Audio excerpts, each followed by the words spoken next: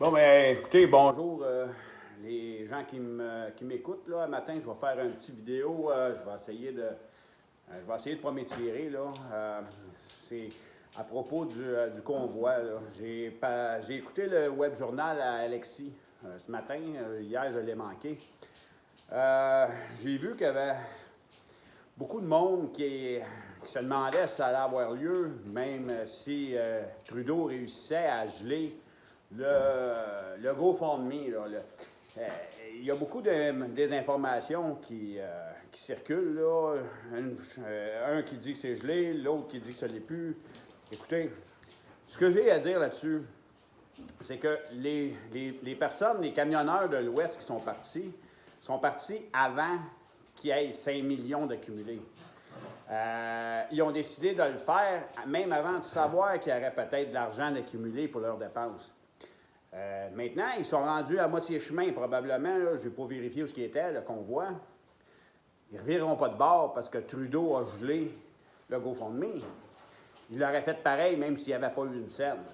Moi, personnellement, je l'ai déjà dit, écoutez, moi, ça ne me coûtera pas le même prix qu'eux autres, là, me rendre à Ottawa. Ça va me coûter peut-être entre 250 et 300 dollars de carburant.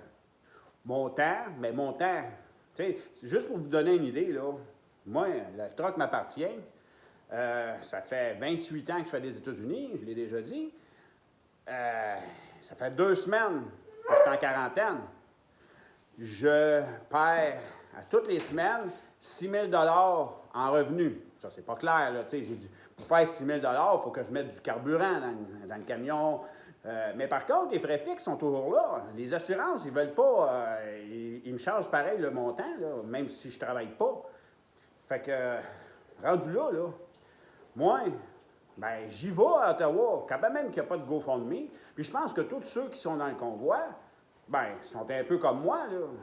Et puis là, de plus ça grossit, plus les gens embarquent, la population. Moi, il y a Ronald Maranger qui m'a appelé, on a discuté. À Gatineau, ils sont tous en train de s'organiser pour avoir une logistique, aider tous les camionneurs qui vont être là à passer le plus de temps possible. La manière que je vois ça, puis j'ai vu sur les réseaux sociaux des personnes qui sont toutes assemblées et qui font de la nourriture. Je pense pas, moi, que les camionneurs vont virer de bord parce que Trudeau a gelé le GoFundMe. Fait qu'arrêtez de vous inquiéter là-dessus. Moi, je prépare mon camion aujourd'hui. Je m'en vais là vendredi. André Arthur qui disait que les camionneurs du Québec sont assis et ils font rien. Écoute, André, tu veux qu'on fasse quoi? Qu'on aille tourner en rond à l'entour de Montréal ou d'Ottawa en attendant que tout le monde arrive? Voyons, on y va vendredi, c'est déjà tout organisé.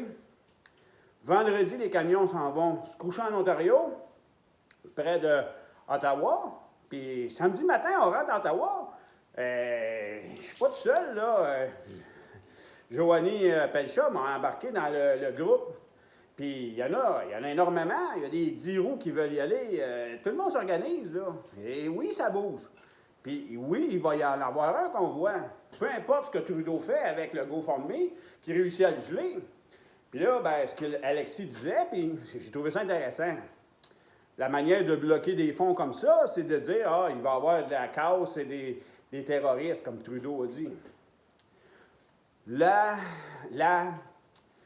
La règle qu'on a, que nous autres, que tout le monde, on s'en va là manifester pacifiquement. On ne s'en va pas là faire de la casse. Moi, je pense qu'ils vont avoir des agents provocateurs pour justement démontrer à la population que ça a dégénéré, que tout...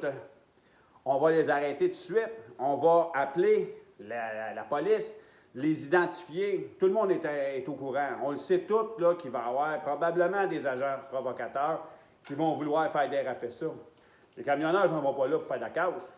Ils s'en vont là pour mettre de la pression. Puis là, ce qu'on réalise, c'est que toute la population est en arrière de nous autres. Fait qu'on ne reculera pas.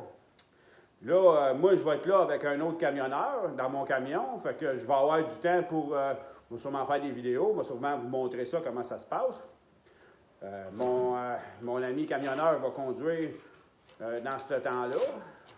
Fait que Il y a déjà un média qui m'a demandé si je pouvais lui faire des lives. Là. Je vais essayer. Il y en a d'autres qui veulent avoir une idée de comment ça se passe en direct. Mais on va essayer. Là. J'ai de l'Internet, mais je ne sais pas si ça va être assez vite pour des lives. Fait que ça, on se pourrait mêler là-dessus. Fait qu'il devrait avoir... c'est Z-Radio, entre autres, là, qui me l'a demandé. Il devrait avoir des lives là-dessus durant la manifestation à bord du camion. Là, hier, j'ai mis ces réseaux sociaux, je vais changer de sujet, une expérience que j'ai eue pour d'un achat de 2 paires de jeans. T'sais. Je ne veux pas dénigrer la personne. Moi, ce que je veux démontrer, c'est que la population réalise qu'il va falloir qu'ils vivent avec le virus, mais ils sont tellement effrayés par rapport au COVID, tu dirais une grippe. Ils n'ont pas peur. Mais quand le mot COVID, il parle des pédales. T'sais, si tu as le COVID, tu vas crever à l'hôpital aux soins intensifs si tu n'es pas vacciné. Et ça, c'est de la désinformation. Ces gens-là, c'est pas que c'est des mauvaises personnes, c'est que ces gens-là ne réalisent pas les propos qu'ils disent. Pour eux autres, si tu as la COVID, tu meurs automatique si tu n'es pas vacciné. C'est complètement faux. Avant qu'il y ait le vaccin, on l'a vu, le taux de mortalité, le taux de survie était de 99,97 %. Alexis m'en a parlé. De toute façon, c'est tout boosté, ces chiffres-là. Ça, vous allez voir la vidéo Alexis Cossette-Trudel, il l'explique très bien. Puis, écoutez, moi, je n'ai rien à rajouter là-dessus. C'est ça que je dis aussi depuis le début, que j'essaie de réveiller des personnes. Bien, les personnes qui écoutent juste TVA, les médias qui parlent, là, qui s'autocensurent, les autres, du moment que tu parles de COVID, ils sont morts de peur. Fait que je ne veux pas dénigrer, je ne veux pas leur faire de tort. Ils vont se réveiller éventuellement. Tu sais, je suis parti à Rive et je lui ai dit, bien, passez une belle journée. J'ai juste voulu démontrer aux gens que ces personnes-là ne savent même plus de quoi ils parlent. Ils ne réalisent même pas l'ampleur de leurs propos. Fait que ça, c'était ça. Moi, je me prépare, je m'en vais là samedi. Puis, vous savez, j'ai eu des appels hier de compagnies pour qui j'ai déjà travaillé il y a 3, 4, 5 ans. Ils commencent à avoir de la misère, à avoir des camions. Ils cherchent dans ceux qui ont travaillé. Ils réalisent le bon travail qu'un indépendant comme moi faisait. Puis j'ai même parlé à mon donneur d'ouvrage. Puis je lui disais, Kayla est impatiente, je lui disais, tantôt, mec, les subventions, mec, le gouvernement tombe, là. Mec, il n'y en ait plus d'argent, qui inventent de partout, à donner aux subventions aux grosses compagnies qui achètent les petites puis qui veulent devenir un monopole.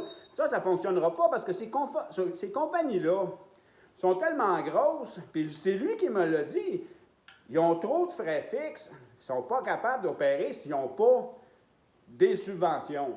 Ça, j'ai pas de misère à le croire, parce que moi, les frais fixes, je veux dire, j'ai pas de personnel dans des bureaux, j'ai pas des gros buildings, tu sais, des gros terminals, et ça finit plus. Ça coûte cher, ça. Moi, je prends le stock, les marchandises chez un shipper, je l'emmène chez son client. J'ai un trailer, un truck, j'ai mon garage ici, j'ai ma maison. Je veux dire, c'est ça que j'ai comme frais fixe.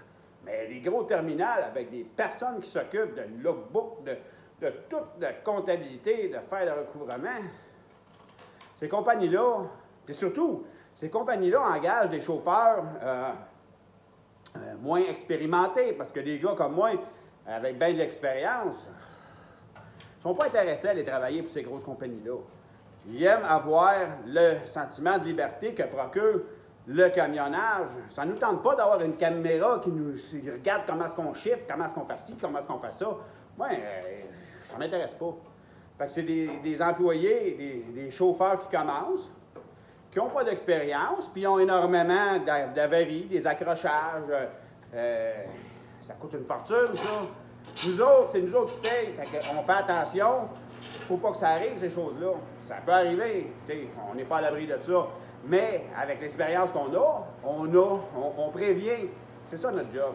Fait que, ça pour dire, si vous voulez, faites-la rouler, cette vidéo-là, pour dire au monde, on s'en va là d'une façon ou d'une autre.